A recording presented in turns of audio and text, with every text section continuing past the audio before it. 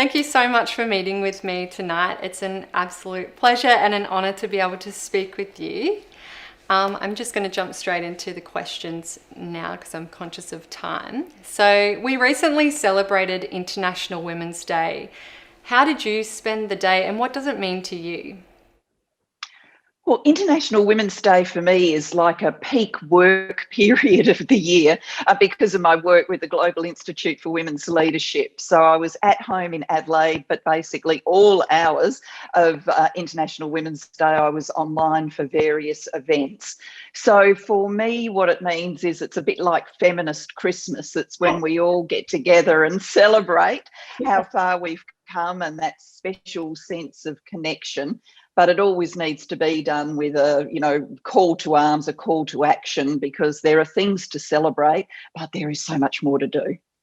Absolutely. And while it is such a great opportunity to celebrate, and there are so many achievements that have been made, there's still so much work to be done, like you said. And speaking globally, what are some of the most important aspects for us to focus on, do you think?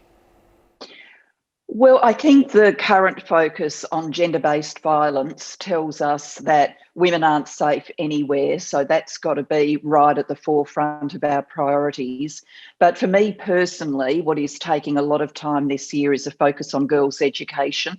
Of course, this is a problem that's really solved in countries like Australia, but right around the world, there are hundreds of millions of children who are of school age, who should be in school, who don't get an opportunity to go, and hundreds of millions more who go, but maybe for such a short time, or the schools are of such poor quality that they really don't learn anything.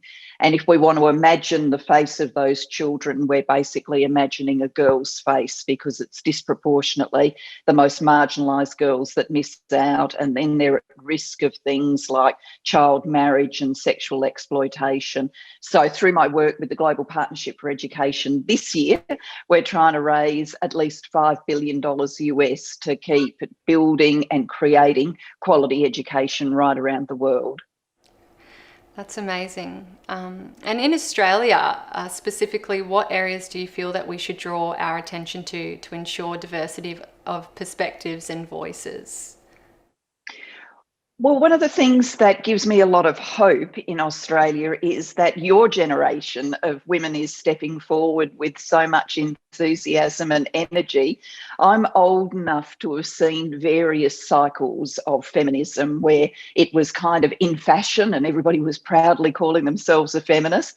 And then there was the other end of the cycle where people would start a sentence saying, I'm a feminist, but, or I'm not a feminist, but, there was always this equivocal, could we use the word, should we use the word? So I'm really energised that your generation is owning it. And so I wanted to ask you, what makes you feel like that? Why did you, for example, use the misogyny speech, that, using it almost as a kind of call to arms as you were putting on your makeup and getting ready to go out into the world? What is it that attracts you to that?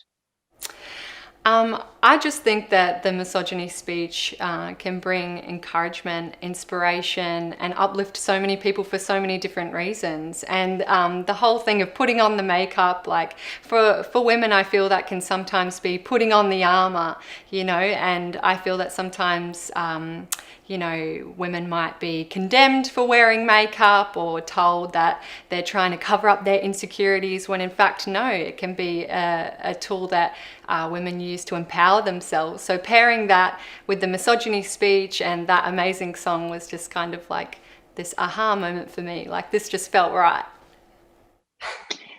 It made me very regretful that I didn't have a coat to swirl at the end of the misogyny speech when I gave it in Canberra. The missing element, the swirling coat. So amazing. I'm such a huge fan of that speech, obviously. I've watched it quite a few times, hence the verbatim lip sync, word for word. But it doesn't matter how many times I watch it, I still manage to end up covered in goosebumps listening to the conviction in your voice and the passion in what you're saying. And I just wanted to know, how did it feel to deliver that speech in Parliament that day? I mean, I felt strong. I felt like I was owning the space. The parliamentary chamber is very adversarial, lots of yelling, lots of insults flying back and forth, and people can have some very healthy debates about whether it should be like that, but that is what it's like. And one of the missions I set myself going into politics was to show that a woman could dominate in that adversarial arena. And I knew as I gave the misogyny speech that I was, dominating in that space, because the opposition went from yelling at me to kind of dropping their heads to looking at their phones. And that was a key sign that, it was a speech landing with power. So I felt that strength, and I felt a sense of, it wasn't hot anger. People have asked me in the past whether I was really, head up. I wasn't head up in a hot, angry sense, but I did feel a sense of cool anger, which helped, I think, propel the passion of it, but also the logic of it. And for me, one of the things about, putting an argument in the public domain is that you do want to lay your points down with force, but with a great sense of logic. And I think the speech hung together like that. So when I sat down, I thought I'd given a good speech, but I just had no idea that we'd still be talking about it all these years later. And obviously no idea that it would be getting a new life on things like TikTok. Yeah. I'm going to go to one of the follower questions now. So Lani Burville asks, do you think that you would be treated differently now in 2021 as a Prime Minister than when you were Prime Minister in 2012? Do you think it would be different, the treatment that you got? Yes, I do. I don't try and say, look, it would be fine now, there would be no gendered bit. Clearly, there would still be a gendered bit. And women in politics today, women who are in the public space, I mean, I'm sure you yourself, with the exposure that you've had through TikTok and other vehicles, you would see some dreadfully gendered, sexist things on your social media. So it wouldn't be, perfect, but I think it would be better than it was when I was Prime Minister. And a big thing that would be better is, I think people now see that there is sexism, discrimination, misogyny in politics. Whereas when I was Prime Minister, the kind of fashionable analysis was, gee, no part of what's happening to Julia Gillard is explained by gender. She's just being treated like every other Prime Minister has ever been treated. Now, in 2021, I don't think anybody would try and put that argument. And I think the other thing that would happen is, not only would people see the gendered bits, but people would come in and call them out. The way you use TikTok to call sexism out, I think that there would be many people who came into the public square and said, look, this isn't right. And whilst there were a few doing that when I was Prime Minister, it wasn't large in number. And it gives me, heart, and you'll have a view on this, that whilst all of the new media ways of engaging can be places of quite vile sexism, and women do see death and rape threats on social media, they can also play a role in projecting feminism and greater equality, the way that you use the media to do that. So how do you think about that duality in things like TikTok and Twitter and Facebook? Yeah, absolutely. I think that TikTok has sort of opened a new way to bring these sorts of messages to a new audience in palatable ways. And I really think that these messages of sexism and misogyny and, female empowerment and all of these things are coming across in ways that people may not have heard them before, and people are learning and growing. And we also have so many people to look up to and be inspired by, including yourself. And for someone that has been so iconic and so inspirational, I'm wondering, who do you look to for courage and inspiration? Well, I had some wonderful mentors and friends along the way. One in particular was Joan Kerner, who was the first and to date only woman to lead the state of Victoria. She was a personal friend of mine, and I sort of had a ringside seat as she went through the dreadful sexism that she faced when she was Premier.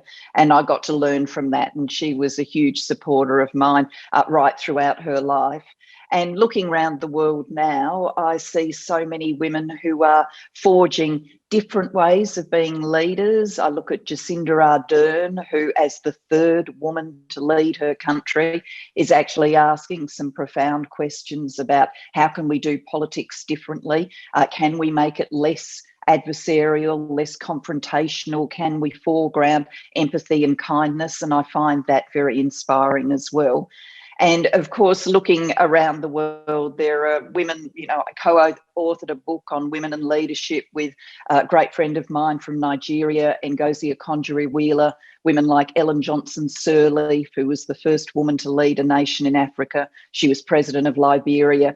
I look at women like that and they just amaze me at what they're able to do and the difference that they can make for women in their country as they bring literally millions of women out of poverty and into empowerment. Yeah.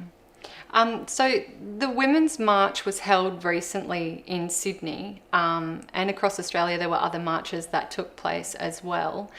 Cynthia 8675309 asks, what would you say to women marching if you had the microphone on stage that day? Well, in a dreadful accident of timing, I was flying to London during the women's marches. So I was on flights, mask on, hand sanitizer literally being bathed in because I needed to get to London. So I was very sorry to not be there and be able to attend. But if I had been at one of the women's marches, I would have said, turn that anger into action.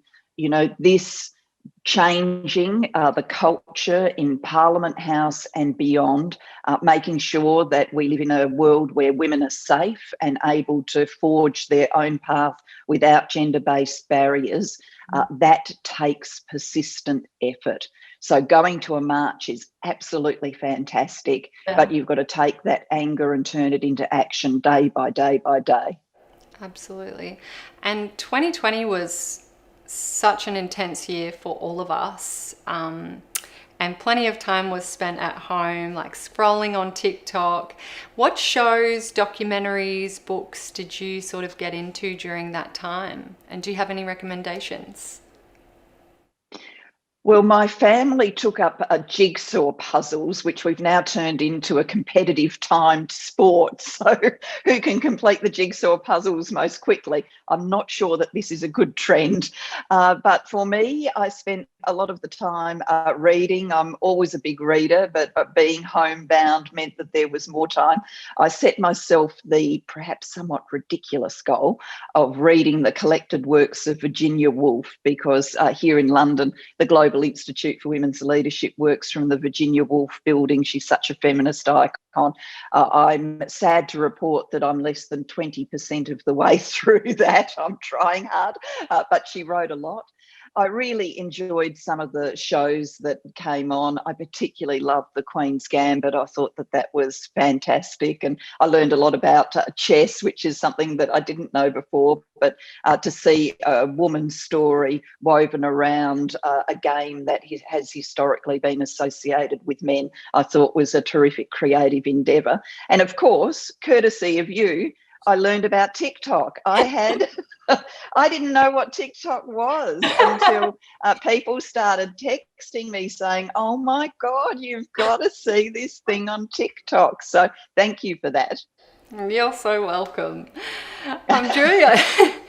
During all that time in lockdown too, I feel like there was a lot of conversations happening around mental health. I feel everyone's mental health got tested and tried during that time. And I'm just wanting to ask you, why is caring for mental health so important during these challenging times and in general?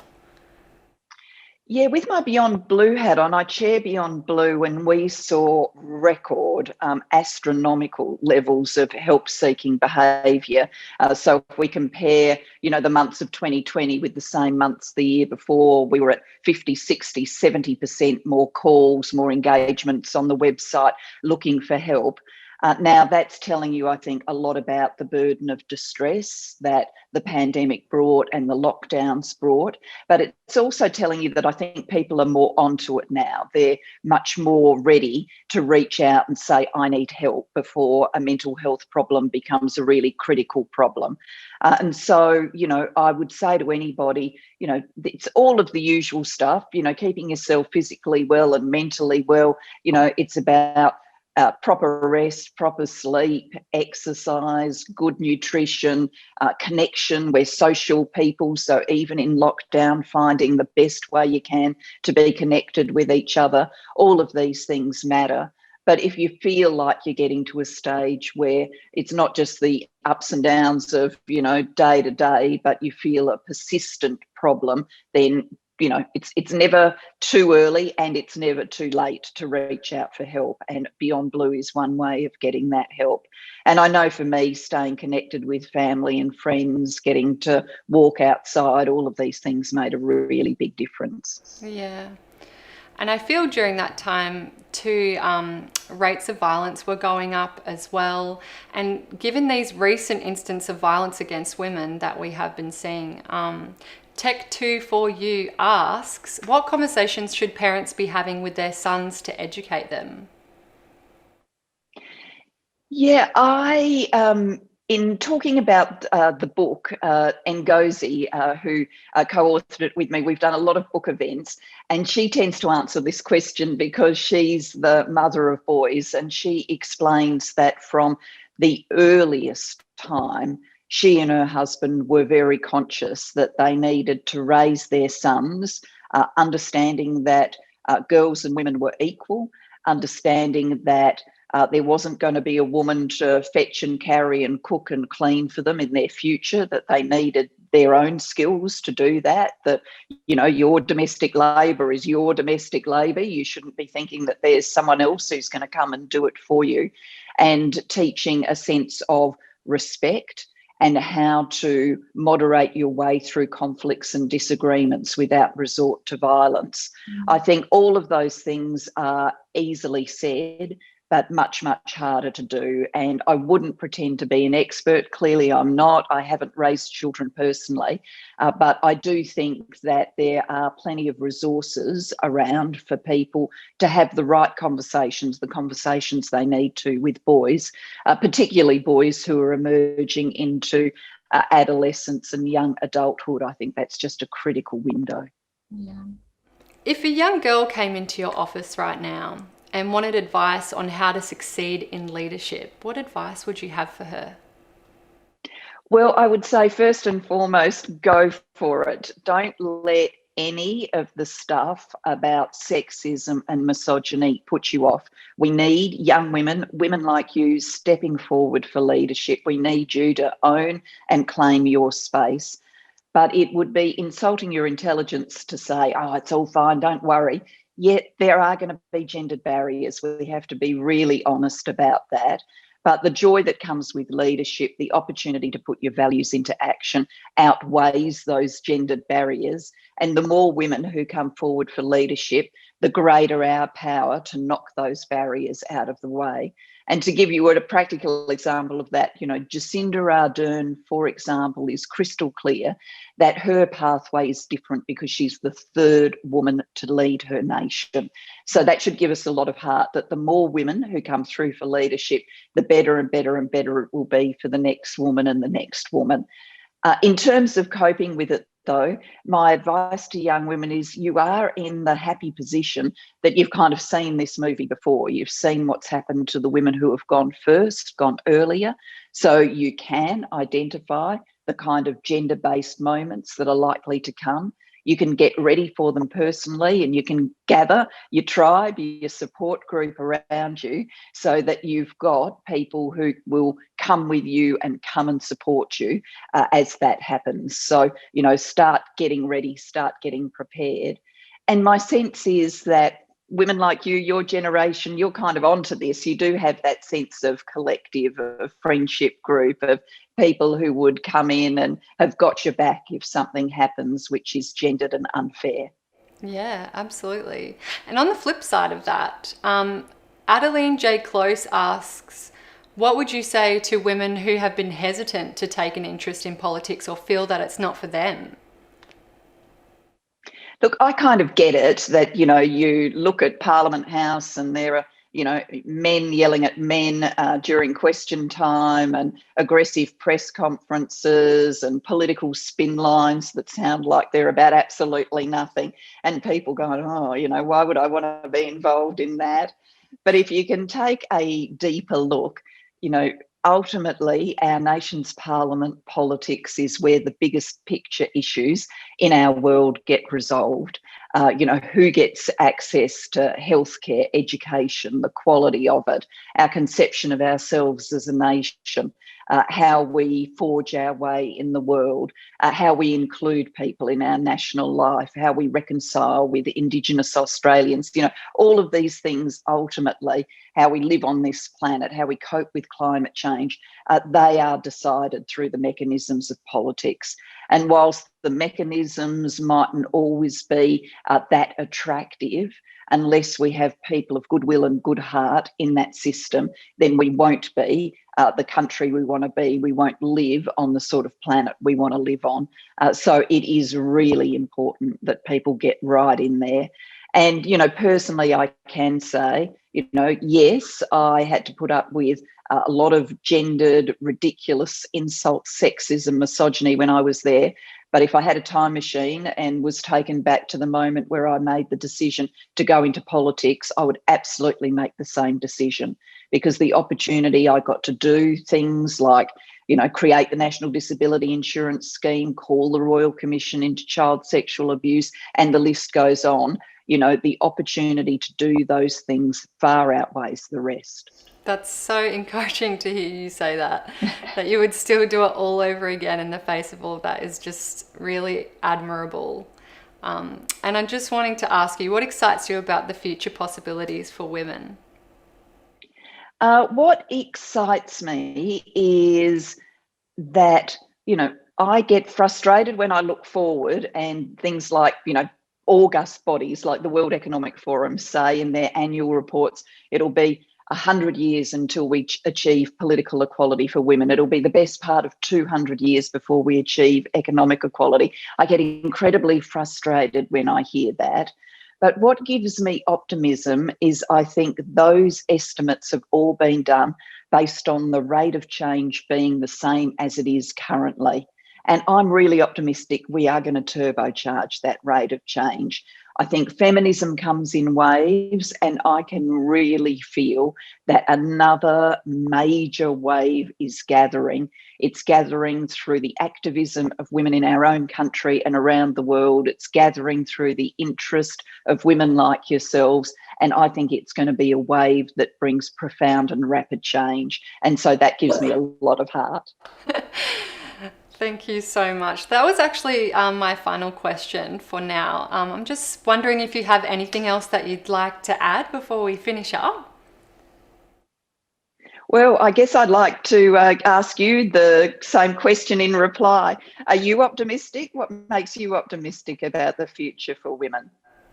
I think women's voices are starting to be heard more loudly than before. I feel with a platform like TikTok, for example, and social media, it's more accessible for people to share their thoughts and their voices about things and be loud and make a ruckus and be heard. And it makes me really optimistic for the future, absolutely. And I think also hearing these conversations around misogyny and sexism happening more, people aren't, afraid to say, I'm a feminist, but they won't say I'm a feminist, but as much as they might have in the past. Now I feel there's a more of a sense of pride around it too. So I'm definitely optimistic. Yeah. I am very pleased to hear that, but I do want to conclude with one word of apology to you. I have seen your sense of disappointment that there wasn't a book for you under your Christmas tree, and I want to assure you that a copy of my book is on my way to you. Oh my gosh, thank you so much. Thank you, Julia. You're very welcome. Thank you so much again for taking the time to speak with me. It's been such an honour to get to ask you some questions and petition you for guidance and inspiration. The misogyny speech and everything that you had to say that day is just as relevant, if not more relevant now than ever. And we all appreciate you so much and admire you. And thank you so much for speaking with me tonight. Thank you. That's been a great pleasure and very energising. Thank you so much. No worries. Thanks.